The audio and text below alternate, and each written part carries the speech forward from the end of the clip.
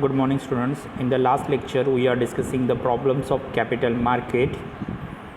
In this one we are watching the 5 major problems in capital market, जिनमें से हमने पहले देखा था कि फाइनेंशियल स्कैम कैपिटल मार्केट में जो बहुत सारे फ्रॉड्स होते हैं वो बहुत ही इनरिपेबल होते हैं, उनको रिपेयर नहीं किया जा सकता, ऐसे फ्रॉड होते हैं और जिससे पब्लिक डिस्ट्रैक्ट यानी पब्लिक का माइंड चेंज होने लगता है एज एन कैपिटल मार्केट की तरफ। और दूसरा प्रॉब्लम्स होता है कि इन्वेस्टर्स जो न्यू फर्म्स ओपन कर रहे हैं वो इन्वेस्टर्स का कॉन्फिडेंस यहाँ पे लो हो जाता है। ओके, क्योंकि अगर उनको पहली बार जो इन्वेस्ट कर रहे हैं, पहली बार जो कंपनी चला रहे हैं, अगर उनको फाइनेंशियल लॉसेस होते होंगे तो उनका कॉन्फिडेंस वहाँ पे लॉस कम होने लगता है। ओके, उसके बाद है insider tradings and price manipulations. ये भी हमने पॉइंट्स देखा है कि कैपिटल मार्केट का जो आप ट्रांजैक्शन करते हो वहाँ पे आप इनसाइडर ट्रेडिंग करते हो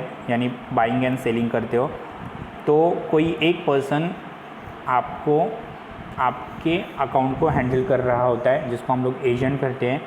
तो वो जो एजेंट होता है जो आपकी बाइंग एंड सेलिंग का काम आपके लिए करता है इनसाइडर ट्रेडिंग करते वक्त, वो पर्सन आपकी पर्सनल इन्फॉर्मेशन कलेक्ट करता है और वो पर्सनल इन्फॉर्मेशन वो अपने बेनिफिट के लिए, खुद के बेनिफिट के लिए इस्तेमाल करता है। कई बार शेयर्स की प्राइसिंग बाइंग या सेलिंग करते वक्त जो इंक्रीज़ होती है तो वो इंक्रीज़ वो पर्सन अगर नहीं भी हुई होगी तो भी वो जानबूझ के बता देता है, because he wants to creating some illegal practices और इलीगल एक्टिविटीज़। ओके, तीसरा पॉइंट हमने देखा है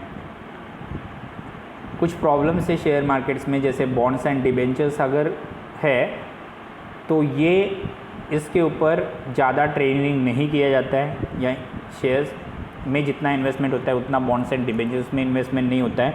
इसके 3 रीज़न उन्होंने बताए।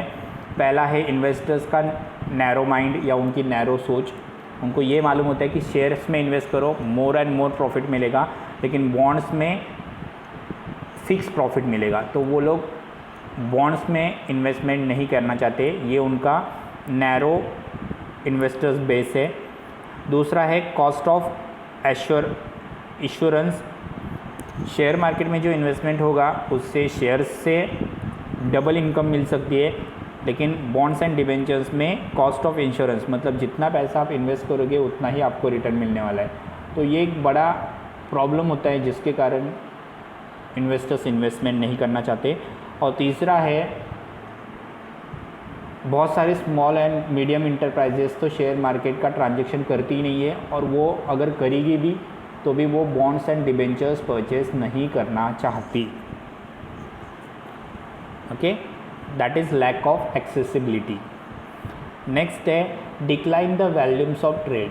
तो जहाँ पे बीएसई और एनएसई के ऑफिसेस है यानी कैपिटल मार्केट अवेलेबल है, वहाँ के जो इन्वेस्टर्स है वो मोस्ट ऑफ कॉन्सेंट्रेट करते हैं बीएसई और एनएसई में ट्रेडिंग करने के लिए, मतलब शेयर्स बॉन्ड्स एंड डिबेंचर्स में ट्रेडिंग करने के लिए।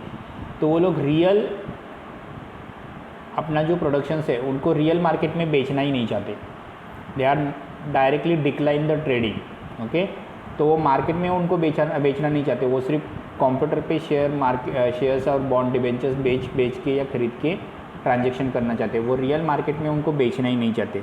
That is the problems to the volumes of trade. Okay, so next ये होता है कि declines the volumes of trade. तो जिसमें वॉल्यूम्स या ट्रेड बीएसई और एनएसई में जो इन्वेस्टर्स इन्वेस्ट करते हैं वो लोग सिर्फ उसी के इन्वेस्टमेंट पे ध्यान देते हैं, वो एक्चुअल में ट्रेडिंग नहीं करना चाहते। ओके, नेक्स्ट है लैक ऑफ इंफॉर्मेशनल एफिशिएंसी। तो स्टॉक एक्सचेंज मार्केट में जितनी सारी कंपनियां काम करती है वो सारी कंपनियों का सबसे बड़ा प्रॉब्लम्स है कि वो लोग पब्लिक को डिटेल इन्फॉर्मेशन नहीं देना चाहते। Okay, they are incorporate with their prices. Okay, so students, the last part of this chapters we are watching in today's lecture, that is reforms introduce in capital market. Capital market में कौन कौन से changes हुए हैं। that is reforms in introducing to the capital market. First, Securities and Exchange Board India SEBI was established in 1988 but given statutory powers in 1992 to protect the interest to the investors and promote to the development of securities market. तो पहला changes किया गया है कि BSE Sensex market और NSE Sensex market जो capital market है उनके ऊपर कंट्रोल रखने के लिए security exchange board of India SEBI नाम की एक ग्रुप बनाया गया है, ओके। और इनको सारे गवर्नमेंटल पावर दिए गए हैं कि इन्वेस्टर्स जो इन्वेस्टमेंट करना चाहते हैं, जो इन्वेस्टर्स इन्वेस्टमेंट करेंगे शेयर्स बॉन्ड डिबेंचर्स में, उनकी इन्वेस्टमेंट का पैसा उनको मिलना चाहिए। इसका एश्योरेंस ये कमेटी के पास है। अगर आपको कुछ भी कंप्लीट करनी है कैपिटल मार्केट के बारे में तो आप सेबी से कर सकते हो। और दूसरा है सेबी मार्केट प्रमोट करेगा कैपिटल मार्केट को कि ज़्यादा से ज़्यादा लोग BSE और NSE सेंसेक्स मार्केट का इस्तेमाल करें, ओके। तो ये दोनों के लिए means interest of the investors. तो अगर आपको शेयर्स बॉन्ड्स एंड डिबेंचर्स अपने सेल्स या परचेज़ किए उसके बाद ट्रांजैक्शन के बाद जो आपको पैसा मिलना चाहिए, अगर आपको नहीं मिला या आपको ट्रांजैक्शन के बीच में कुछ भी प्रॉब्लम्स हो तो वो प्रॉब्लम सॉल्व करने का काम सेबी करने वाला है। उसके बाद आप सेबी मार्केट का ही काम है कि BSE और NSE सेंसेक्स मार्केट या दुनिया भर के जितने सारे सेंसेक्स मार्केट है उनको प्रमोट करें ताकि इन्वेस्टर्स ज़्यादा से ज़्यादा उनमें इन्वेस्ट करें, उसी के साथ कॉमन सिटीजन्स भी उसमें ज़्यादा से ज़्यादा इन्वेस्टमेंट करें। तो ये पहला चेंजेस किया गया है, सेबी को इस्टेब्लिश किया गया है। दूसरा चेंजेस देखो क्या किया है, national stock exchange the leading stock exchange in India was establish in 1992। तो पहला Sensex market BSE Sensex market था, उसके बाद NSE बनाया गया है 1992 कि अगर इंडिया में किसी को भी अगर इन्वेस्टमेंट करना है तो स्मॉल इन्वेस्टमेंट से लेकर लार्ज इन्वेस्टमेंट के लिए NSE का ऑप्शन है।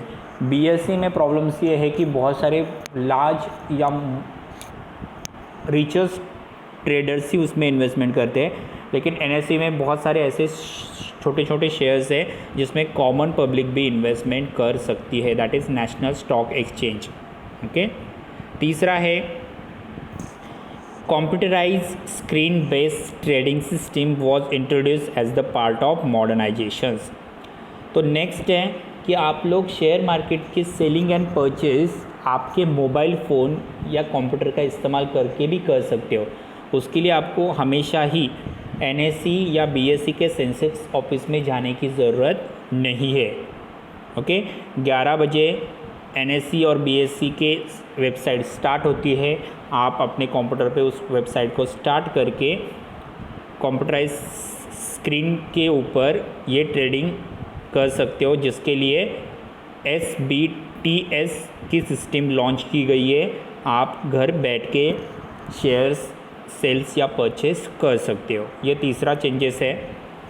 नेक्स्ट है demat account has been introduced since 1996 to the facilitate easy purchase and sales of shares by the investors through the electronic method।